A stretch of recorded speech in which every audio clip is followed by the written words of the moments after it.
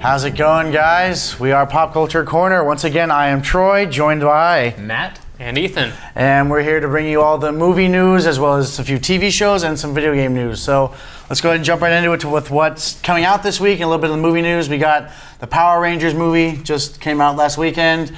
I happened to see it. It was all right. I mean, I appreciated what it was trying to do, but I also was a very big Power Rangers kid growing up. And it was one of those things that's like when you loved it as a kid and you go back and watch it, it's like, wow, that's really campy and really bad. Well, that's one thing. Did they end up preserving the kind of cheesiness that made Power Rangers so memorable as a kid, or? Rita Repulsor definitely. They tried to make it very action-packed and serious as far as the Power Rangers are concerned, but the villain was very hokey. She took it way too far, which again isn't a bad thing because it keeps the spirit of the show kind of alive. So it was kind of fun. But when I was younger, I used to watch Power Rangers, and I actually was not allowed to anymore because there was one day an old lady came to the door, did not know who she was, and I went, "Go Power Rangers!" and I punched her. And so my mom said I wasn't allowed to watch Power Rangers anymore. So it turned into one of those rebellious things I like the Power Rangers, I gotta watch it. So I go to Grandma's house and watch it. See, this is why I still want for there to be a Voltron movie, because nobody on the team Voltron ever punched an old lady. Just saying. So I'm holding out hope for a Voltron movie. No, I definitely let them down there by doing that. But so Power Rangers, again, it's an all right movie. I appreciate what they're trying to do. Gave it a little bit of a Transformers feel, definitely. But I appreciated it. I don't know if I'm necessarily liking the fact that there's already sequels pre-greenlit. But that seems kind of weird considering the movie just came out. Hollywood's in this phase of always already planning movies 10 years in advance. But which kind of brings us to the next point of the Justice League trailer just released this week too. Yes. Right. What were you guys' thoughts on that? I'm very excited for it, but here's the thing though. We talked about the DC Universe last week, and it's just, they're so good at trailers. They do the trailers so well, and they set you up for disappointment, though. Yeah, see, I would be so much more excited for this movie if I hadn't seen Batman vs. Superman, because that's just put a sour taste in my mouth for the, DC movies coming up. I want to be excited for this. I want to be pumped up and really, to go, but I'm just not sure if it's going to be any good. I know, and it's a shame because, visually, again, the trailer looks fantastic, and if Zack Snyder directed only for trailers, he'd have a steady career income the rest of his life. No criticism there. As good as it looks, though, I've been burned by this before with movies of his, specifically with the DC movies, so I'm cautiously optimistic, but I still am really looking forward to the Wonder Woman movie, which also had a trailer released recently that I think looks even more compelling. Yeah, they both do, and Wonder Woman will save this franchise, and I said that before, but again, you see with the Justice League trailer, how good it looks. Okay, maybe there's that rebound. I feel like there's always okay, maybe, but that's kind of where DC's faults are. But we'll go ahead and move into now another big movie that gets a lot of pop culture praise. Oh, yes. The Fate of the Furious. Right. I don't know how to feel about this because personally, I, if you believe it, have managed to not see any one of the 8 Fast and the Furious movies that have come out so far, so I'm going to have to recuse myself from this argument. Honestly, you don't have to see all of them, just 1 or 2 to really grasp what this series is about. Because they're all the same movie over and over and over and over and over. Now you have to admit, there was a transition, okay? It started out with just street racing and then basically became superhero movies. That's why the first one was so good. And I think it's incredibly ridiculous, especially now making Dom the bad guy, because both Vin Diesel and The Rock have it in their contracts to where they cannot lose a fight.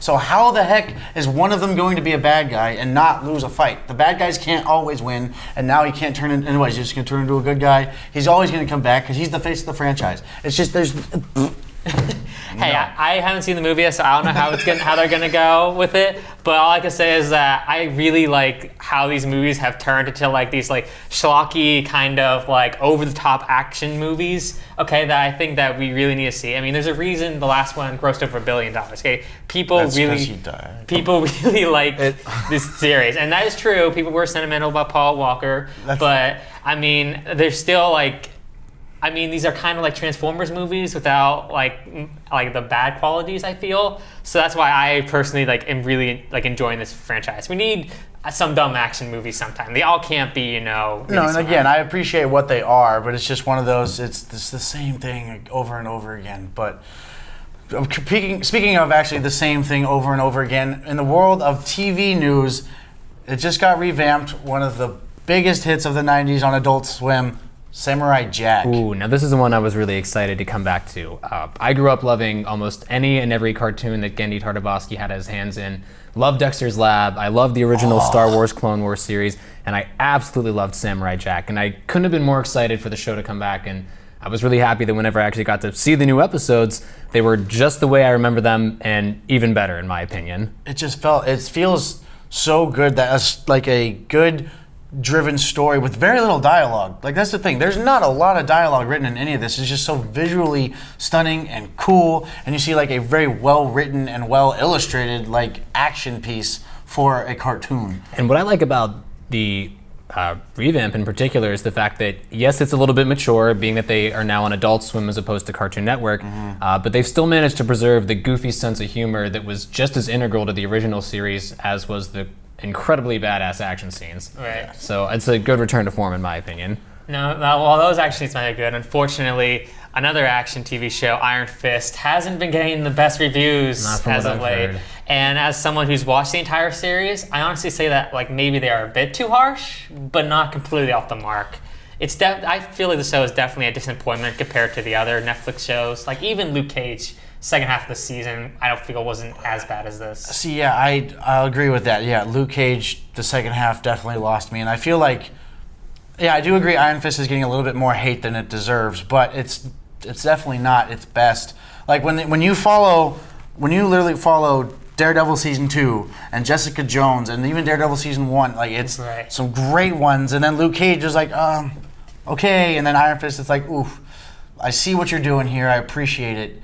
I feel like I've been using that a lot today. I appreciate what you're trying to do, guys. Points for participation, but it's definitely it's setting up for it, and I'm excited for what's to come. And as a comic book lover, like you're going to enjoy it because it's something you like. But as from an actual TV show standpoint, Yeah, the writing isn't there, and like one of the biggest disappointing things is the action. Okay, at best it's mediocre. At its worst, it's just like badly choreographed fighting scenes. Which coming off of Daredevil, which had Seriously. arguably like one of the best action scenes like in television, like that's really bad. But thankfully, we're gonna see Iron Fist and Defenders later this year. So hopefully that will make up for this, because I'm really excited for it. yeah, I feel like when they bring them all together, just like in the Avengers, it's going to be just as It's big gonna be a really and good awesome. co-op. And especially because on the Netflix series, it spans it out, so it's going to be fully fleshed out, and fully realized. Like I'm just really excited for it, and again, to give people like characters like Iron Fist and Luke Cage a better outing. Yeah, But, and seeing like characters interact, like Daredevil and Iron Fist, people that haven't interacted yet, and seeing how they clash, that's going to be really exciting. Just That's like what the I'm the most Avengers. excited for, too. speaking of interacting, the new Nintendo Switch has just hit stores, and it's a big hit, guys. Like Nintendo found its resurgence. Like they were definitely falling a little bit in the console wars. Like everybody gets Nintendo just for those small little party games. But I feel like Nintendo's turnaround? That has actually paid off. I mean, it didn't have the greatest launch, considering that there were some console defects early on. But I mean, at this point, the Switch is actually like on the path to actually maybe outselling the Wii, which has been Nintendo's biggest home console release. It's incredible to me because I remember whenever I wanted the Nintendo Wii, my dad, God bless him, had to go out everywhere looking to pick up one of these things, went out to Best Buys, at GameStops, as soon as they opened their doors to pick one up, and now people are in a similar position trying to get the Nintendo Switch. Yeah, exactly. People are having a hard time finding them, and as a longtime Nintendo fan, it's really nice to see them kind of get their due after kind of bungling up with the Wii. And I honestly feel like a big part of that too is with the release of the new Zelda game, Breath of the Wild, which it's been so good. If anybody has gotten to play it, you'll probably agree with me that it is like one of the most expansive Zelda games ever.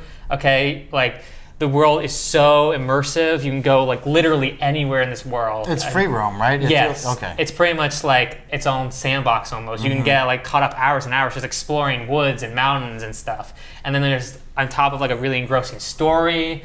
Some like great characters that we learned to love in Zelda. It might honestly be one of the best Zelda games. I'm hearing it might even be one of the best games ever, and even though I haven't had the chance to play it, what's looking cool to me is the fact that a lot of the games that Zelda inspired, games like Minecraft, games like Dark Souls, are games that Nintendo's kind of gone back to take a look at, reassessed what worked, reassessed the inspirational components, and kind of worked back into the new Zelda, but with their own Nintendo take on it, is what I've been told.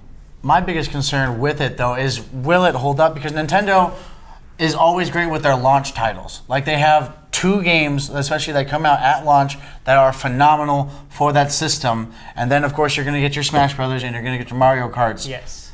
But after that, is there really anything to look forward to on the Nintendo side? Like, that's the thing. Is it? Yeah. It feels like it's starting to turn into like a one-trick pony almost. See, they have actually talked about that before. What Nintendo's trying to do with the Switch now is they're trying to keep a consistent lineup. They're trying to get good, high-quality games released like on a regular basis, so that, like you said, it doesn't fizzle out. Okay, and people stop caring about the Switch. So hopefully, the Switch will have a good lineup. They'll put Nintendo back into the console game after, like, arguably the failure that was the Wii U. So we'll just have to see how that goes. It's going to be important now more than ever for them to get the third-party developer support, which I really hope they get. But one thing that's pretty promising off the bat is a lot of indie developers whose games have already released on platforms like Steam or the PlayStation Network are kind of migrating to Switch and using that as a new home to get their games out to an even wider Excellent audience. third-party lineup. That's great news for the Switch. Awesome. And I think that pretty much wraps things up. Yeah, guys. We will catch you later on Pop Culture Corner. See ya.